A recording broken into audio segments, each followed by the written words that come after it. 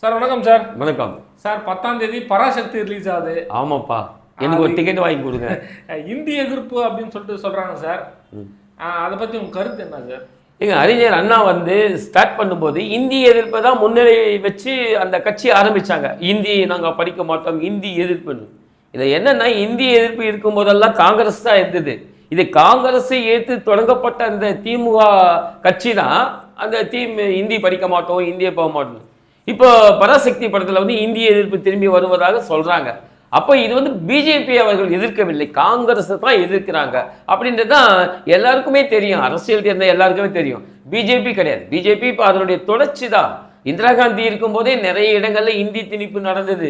திமுகலாம் நிறைய போராட்டம் நடத்தியிருக்கு. அந்த இந்தியை முன்னிலைப்படுத்தி தான் திமுக என்ற கட்சி வருது. அதை எடுத்தவங்க எல்லாமே காங்கிரஸ் எதிர்த்து தான் திமுக போச்சு. ஸோ இது பிஜேபி எதிர்த்து அப்படி இல்லைன்னு தான் எல்லாரும் மக்கள் நினைப்பாங்க. சார், இப்போ இந்த எலெக்ஷன் நேரத்தில் பராசக்தி இது மாதிரி இந்திய எதிர்ப்புன்ற விஷயங்கள் ரிலீஸ் ஆகுது சார். அப்போ காங்கிரஸ்க்கு ஓட்டு பாதிப்பு இருக்குமா சார்? கண்டிப்பாக இருக்குங்க. இப்போ ஏற்கனவே கொஞ்சமாக இருக்கிற ஏதோ ஒரு பர்சன்டேஜ் இப்போ 6-7% இப்போ போயிடுச்சு. இப்போ தான் நம்ம இது சொன்னோம், எல்லாம் ஒவ்வொரு பக்கமாக போயிட்டாங்க, இருக்கிறாங்க.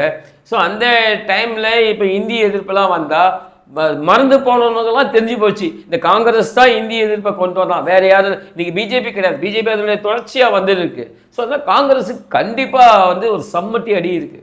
அதுக்கப்புறம் தான் பிஜேபி தொடங்கப்பட்டதா எப்படி சார் அது?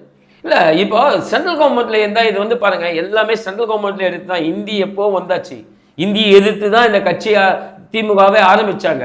ஸோ அதனுடைய தொடர்ச்சியை இந்தியை நம்ம எதிர்த்து கொண்டு தான் இருக்கிறோம். தமிழ்நாட்டு மக்கள் எதிர்க்கிறோம். அப்போ இந்தி திணிச்சதே பார்த்தோம்னா காங்கிரஸ் தாங்க இந்தியை திணிச்சு. இந்திரா காந்தி டைம்ல நிறைய திணிக்கப்பட்டது. ஒரு திமுக கார வாயத்தை இருக்கலாம் இன்னைக்கு தெரியுமா? எல்லாரையும் உள்ளதிக்க போட்டு எல்லாமே பண்ணாங்க, பயந்து கிடந்தாங்க. இப்போ இந்த பிஜேபி வந்த பின்னாடி தான் எல்லாம் பேசலாம். இந்தி திணிப்பு இருக்கு, அது இருக்கு, இது இருக்குன்னு சொல்றாங்க. இது காங்கிரஸ் தான் பண்ணியாச்சு.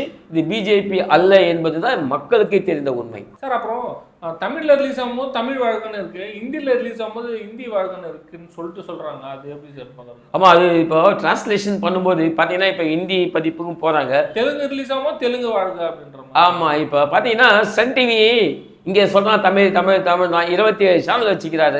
எல்லாத்தையுமே மாற்றி மாற்றி போடுறாங்க. ஏற்கனவே இவங்களுக்கு இந்த 3 சீட்டு வியாபாரம் இந்த மாதிரிலாம் ஏற்கனவே அனுபவப்பட்டவங்க தான் திமுக கட்சி. அதனால் அதை மாற்றுவாங்க, கண்டிப்பாக மாற்றுவாங்க. இப்போ எக்ஸாம்பிள் சன் டிவி இங்கே இருக்குது, மும்பையில் இருக்குது, எல்லாம் பின்ன இது மட்டும் இந்திய எதிர்ப்பு இல்லையா? நீங்கள் காசுக்காக எங்கே வேணாலும் போவாங்க திமுககாரன். அதனால் அது இந்திய எதிர்ப்பு இல்லை.